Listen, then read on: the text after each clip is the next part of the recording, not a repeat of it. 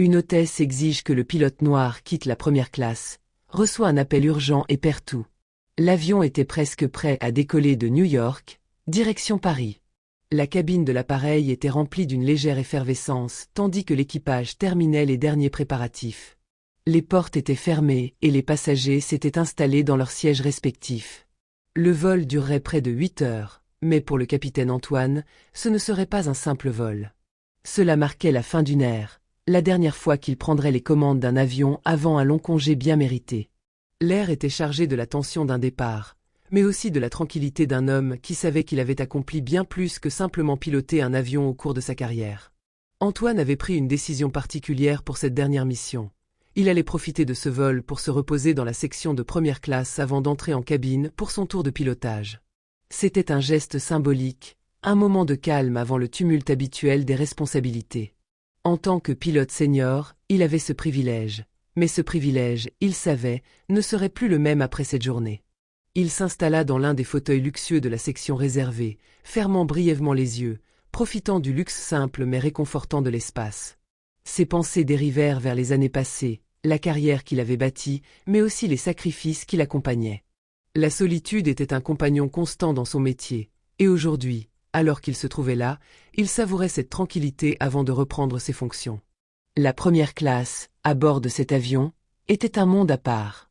L'ambiance était calme, presque feutrée. Des lumières tamisées diffusaient une chaleur douce, et le parfum délicat d'un parfum de luxe flottait dans l'air.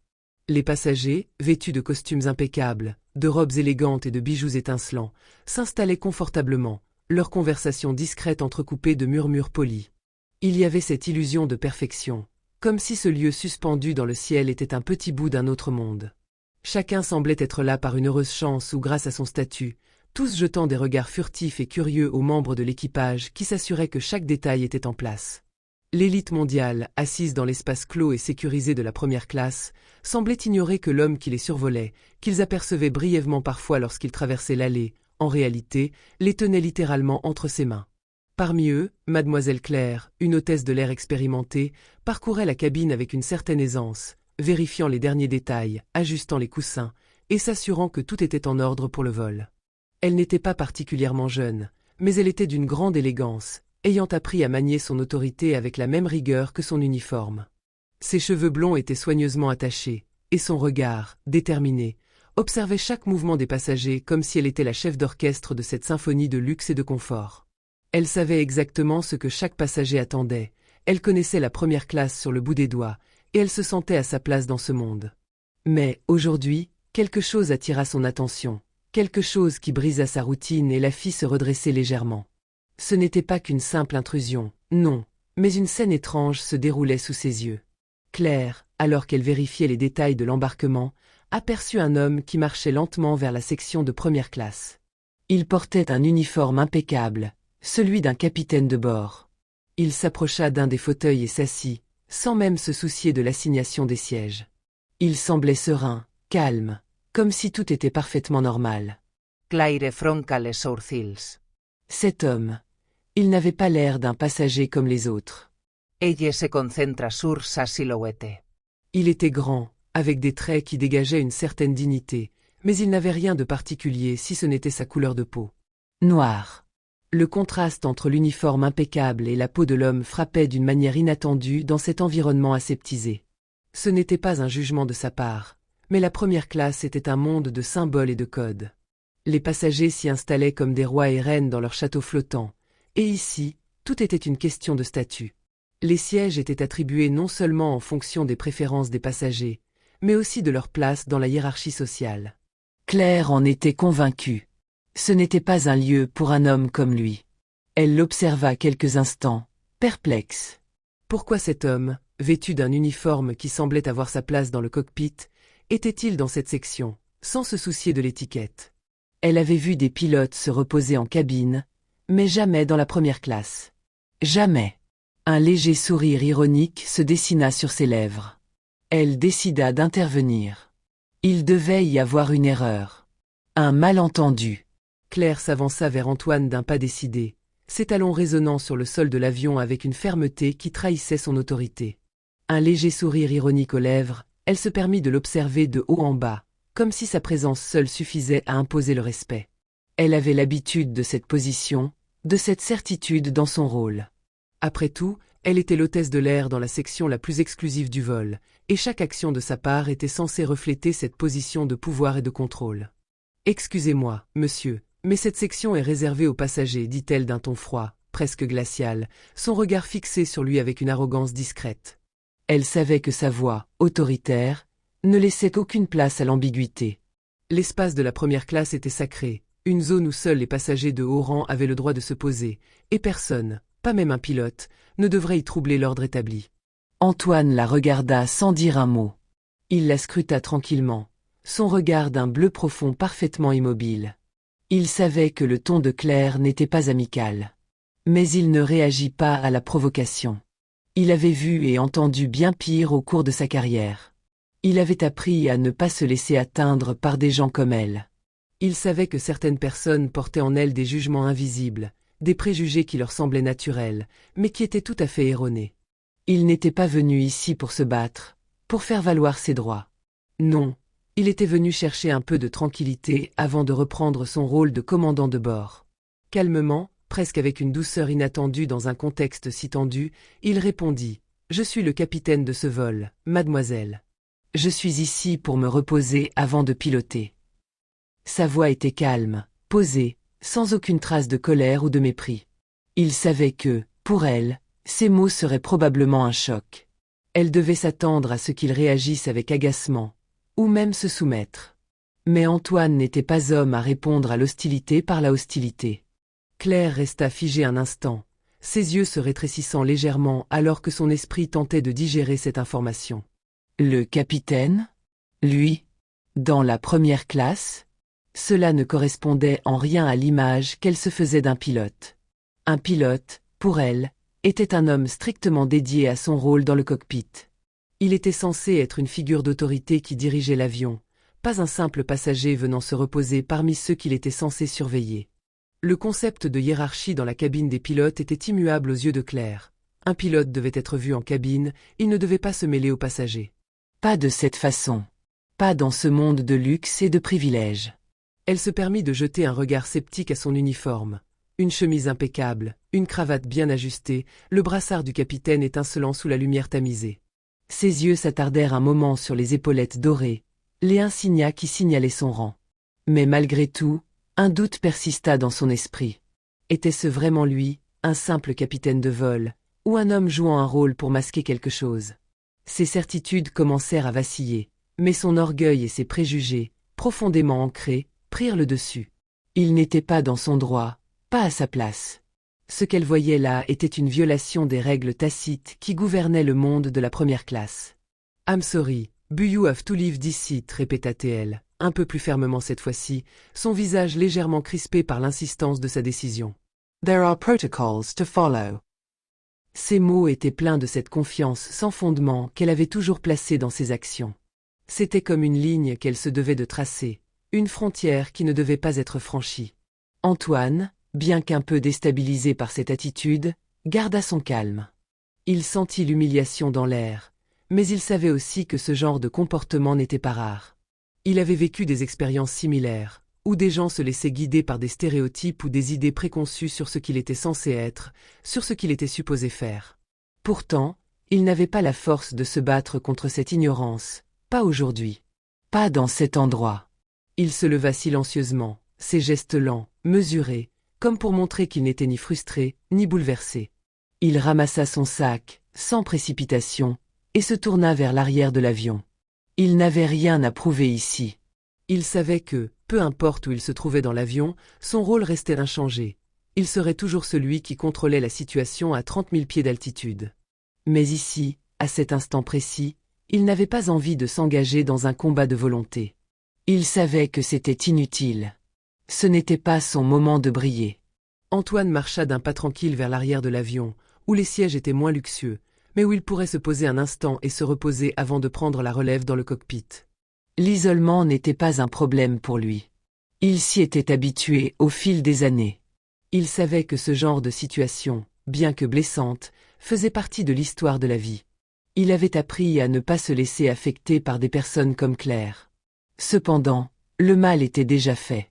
Alors qu'il s'éloignait, Claire le suivait du regard. Elle observa son départ avec un sentiment étrange. Un sentiment de satisfaction se formait en elle, une sorte de victoire sur un homme qu'elle avait jugé indigne de se trouver dans cet espace réservé aux passagers privilégiés. Elle avait eu raison, après tout, de le faire partir. Après tout, il n'était qu'un pilote. Un simple employé. Mais ce qu'elle ignorait, c'était que l'homme qu'elle venait d'humilier, ce capitaine qu'elle avait renvoyé en toute confiance, était bien plus que ce qu'il semblait être. Il n'était pas simplement un homme noir dans un uniforme de pilote.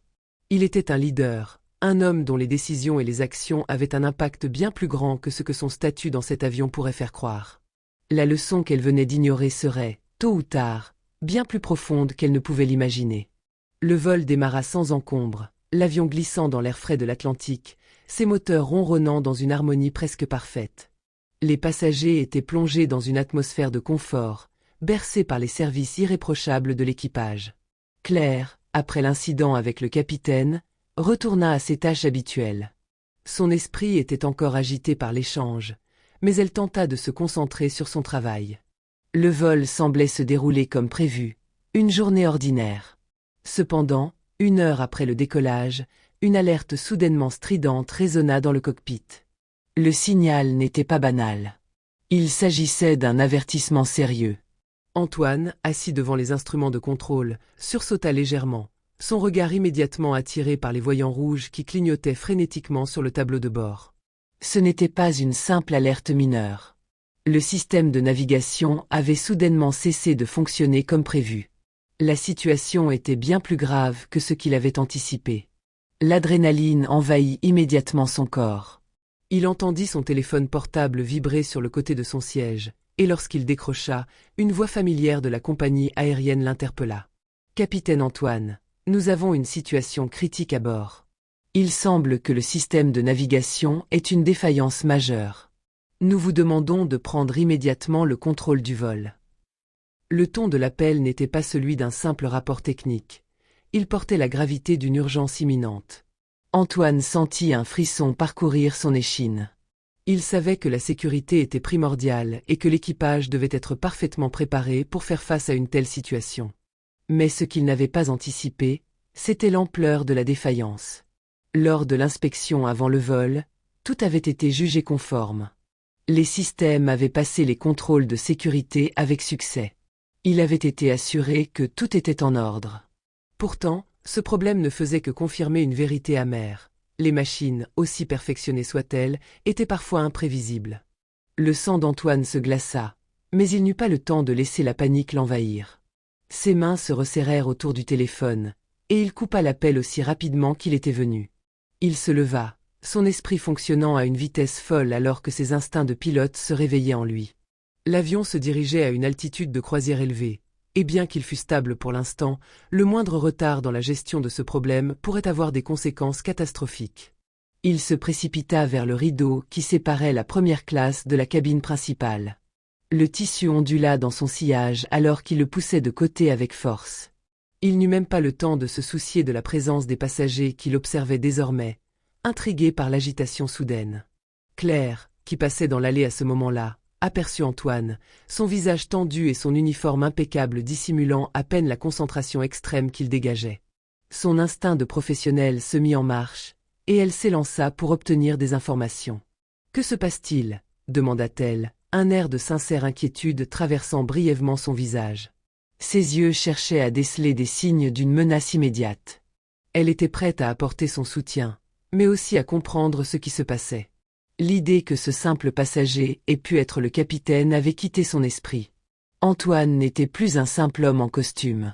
Il était celui qui détenait les rênes du vol, l'homme qui pouvait tout changer en une fraction de seconde. Antoine, cependant, n'eut pas de temps pour répondre à la curiosité de Claire. Ses yeux étaient rivés sur l'écran de contrôle du cockpit, une multitude d'informations défilant à une vitesse effrayante.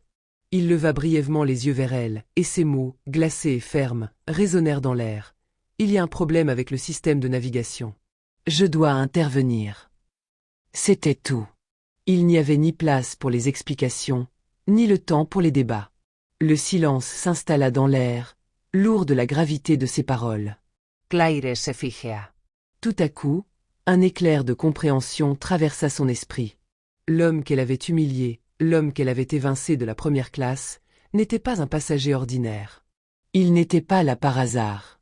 Elle avait sous-estimé sa position, son rôle, et en un instant, la vérité frappait brutalement. Le capitaine. Le véritable commandant de bord. Le maître de ce vol.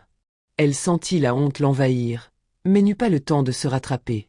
Antoine, déjà tourné vers le cockpit, entra dans la cabine des pilotes. Le cockpit était plongé dans une lueur sinistre, une lumière presque rougeâtre émanant des voyants clignotants. Le copilote et les autres membres de l'équipage étaient déjà en action, leurs gestes précis et coordonnés malgré la pression.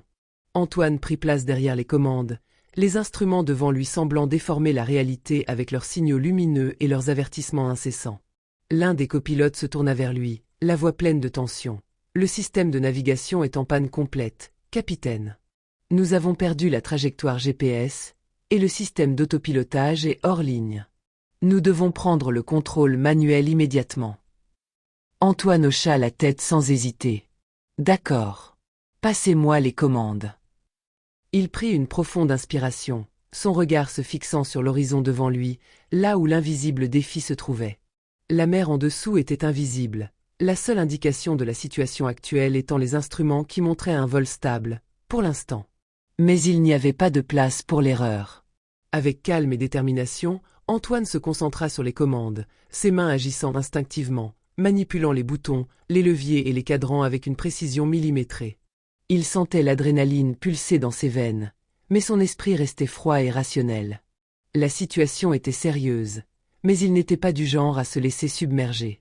Chaque mouvement était effectué avec un seul objectif, ramener la situation sous contrôle. Dans l'arrière-plan, le copilote et les autres membres d'équipage continuaient à suivre leur procédure d'urgence, communiquant avec la tour de contrôle et passant des appels pour vérifier toutes les options possibles. Mais Antoine, comme un capitaine d'un navire en mer agitée, savait que la direction de l'avion ne dépendait plus des technologies, mais de ses mains et de son expertise. Les minutes s'étiraient, et le vol continuait à défier les attentes. Antoine et son équipage étaient dans un combat silencieux, contre le temps, contre la défaillance technique, contre l'invisible. Mais il n'était pas seul à diriger ce vol. Claire, de son côté, restait dans la cabine principale, le cœur battant à toute allure, consciente que l'homme qu'elle avait jugé trop vite était celui qui détenait la vie de tous à bord. Les minutes passèrent, mais à l'intérieur du cockpit, elle semblait étirer le temps de manière presque insupportable. L'air était devenu lourd, presque étouffant, comme si l'atmosphère elle-même ressentait le poids de l'urgence. Les voyants clignotants, les bips d'alerte, et le bruit des moteurs remplissaient l'espace clos, formant un ensemble de sons discordants qui se superposaient au rythme rapide des battements du cœur d'Antoine. Il n'avait plus de place pour l'angoisse ou la fatigue. Son regard était fixé sur les instruments de navigation, les chiffres défilant à une vitesse presque inhumaine. Il fallait être précis, chaque geste, chaque pression sur un bouton, chaque mouvement du joystick devait être calculé avec une précision extrême. Le copilote, assis à ses côtés, jetait des regards furtifs vers Antoine, lui offrant de temps à autre une brève mise à jour de la situation. Mais Antoine ne se laissait pas déconcentrer. Son esprit fonctionnait à une vitesse vertigineuse, une concentration aiguisée par des années d'expérience dans des situations bien plus critiques. Il savait que ce n'était pas le moment de douter. L'avion devait être stabilisé à tout prix, et ses mains, bien que tremblantes de l'intensité du moment, ne laissaient transparaître aucune faiblesse. Chaque seconde comptait. À l'extérieur, Claire, bien que toujours en retrait dans la cabine principale, ne pouvait s'empêcher de sentir une anxiété croissante. Les passagers autour d'elle semblaient ne pas comprendre la gravité de la situation. Mais elle savait, maintenant, que ce qui se passait au cockpit pouvait être une question de vie ou de mort. Elle entendait à peine les murmures des passagers, leur inconscience criante face au danger qui les menaçait. Elle savait que le capitaine ne faisait pas qu'être un homme dans un uniforme. Il était un héros, un leader, un guide. Et il était en train de faire ce qu'il fallait pour les sauver. Les secondes semblaient s'éterniser, et enfin, après ce qui parut une éternité, Antoine réussit à stabiliser l'avion. Le tableau de bord, qui était un véritable enchevêtrement de signaux d'alerte, se calma progressivement, comme un monstre rugissant qui, enfin, se laissait apaiser. Les voyants rouges se mirent à clignoter moins frénétiquement, et les alarmes cessèrent peu à peu. Antoine se permettait enfin de relâcher un peu de la pression qui pesait sur lui. Il soupira profondément, son visage marqué par la tension, mais une satisfaction silencieuse l'envahissait. L'avion était hors de danger. Les passagers étaient désormais en sécurité. Des vies avaient été sauvées. Le personnel de cabine, qui avait été informé de la réussite de l'intervention, commença à souffler, comme si une brume invisible s'était dissipée dans l'air. Les visages se détendirent, bien que certains restaient pâles, témoignant de l'impact psychologique de l'incident. Mais pour Antoine, la bataille n'était pas encore terminée. Ce qu'il venait d'accomplir semblait presque secondaire en comparaison de ce qu'il allait bientôt découvrir. Au moment où il prit son téléphone, il ressentit une légère pression dans la poitrine, une sensation désagréable qui n'avait rien à voir avec le stress de la situation précédente. Il chercha instinctivement à repousser cette pensée. Mais il savait déjà ce qui l'attendait. Il toucha l'écran, vérifiant ses messages, et ce qui lui fit écho dans son esprit comme un coup de tonnerre. Le message était de sa sœur. Antoine, mamá naí una VC. Il faut que tu reviennes. Ses mains se figèrent un instant, le monde tout autour de lui s'effondrant lentement, mais inexorablement. Le bruit des moteurs, les voix des membres de l'équipage, tout semblait soudainement trop lointain. L'avion était toujours là, volant dans le ciel, mais il ne voyait plus que le message, sa mère, et la peur grandissante qui montait en lui comme une vague implacable. Il ferma les yeux, se forçant à respirer lentement, à retrouver une certaine maîtrise.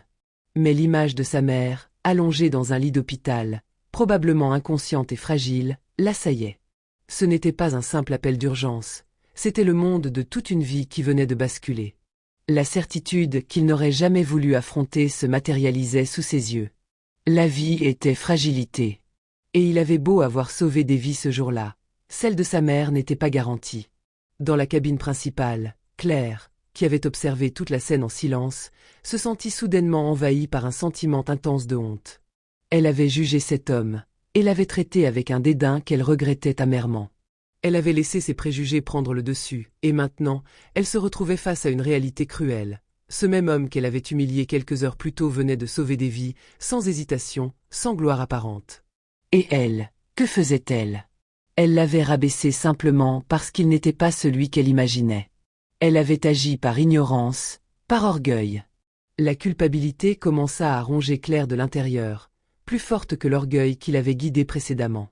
Elle savait que ce qu'elle avait fait ne se réparait pas simplement avec des excuses, mais elle devait quand même essayer. Il n'y avait pas de voie de retour dans la situation qui se présentait, mais elle devait affronter la vérité, se confronter à son erreur. Elle se leva, ses pas lents mais déterminés, se dirigeant vers le cockpit. Elle frappa doucement à la porte, avant d'entrer, prenant soin de ne pas interrompre le silence lourd qui pesait dans la pièce. Antoine était là, assis, son regard perdu dans le vide, comme si son esprit était bien plus loin que le ciel qui l'entourait. Elle s'arrêta un instant, hésitant. Puis, d'une voix basse et pleine de remords, elle dit « Capitaine, je tiens à m'excuser. Je n'aurais pas dû, je ne savais pas. » Elle savait que ces mots ne suffiraient pas à effacer l'humiliation, mais ils étaient tout ce qu'elle pouvait offrir dans l'instant. Antoine tourna lentement la tête vers elle, ses yeux sombres et fatigués. Il la scruta un instant, cherchant dans son regard une quelconque sincérité. Puis, finalement, un léger sourire, qui n'avait rien d'encourageant ni de réconfortant, se dessina sur ses lèvres. « Ce n'est pas grave, dit-il, la voix calme mais marquée par la fatigue. Mais rappelez-vous, l'apparence n'est qu'une partie de ce que nous sommes. Ce qui compte, c'est ce que nous faisons. » Claire baissa la tête, sentant le poids de ses erreurs l'alourdir encore plus. Elle tourna les talons et sortit du cockpit, les remords écrasant son cœur. Le vol se poursuivit, mais elle savait que rien ne serait plus jamais pareil. La perspective de la vie, de ce que cela signifiait être humain, venait de changer radicalement. Antoine, après avoir guidé l'avion jusqu'à Paris, se rendit directement à l'hôpital où sa mère était admise. En chemin, il pensa à l'ironie de la vie. Il venait de sauver des vies entières, mais ce n'était rien en comparaison de l'incertitude qui l'attendait à l'hôpital. Là, dans la chambre d'hôpital de sa mère, il se rendit compte que, parfois, la vie ne se mesurait ni en apparence, ni en réalisation spectaculaire, mais simplement en ce que nous choisissons de faire lorsque tout se fragilise autour de nous. Quant à Claire, elle n'aurait plus jamais regardé les autres de la même manière. Son orgueil et ses préjugés, qu'elle avait longtemps portés comme des boucliers, étaient devenus des fardeaux insupportables.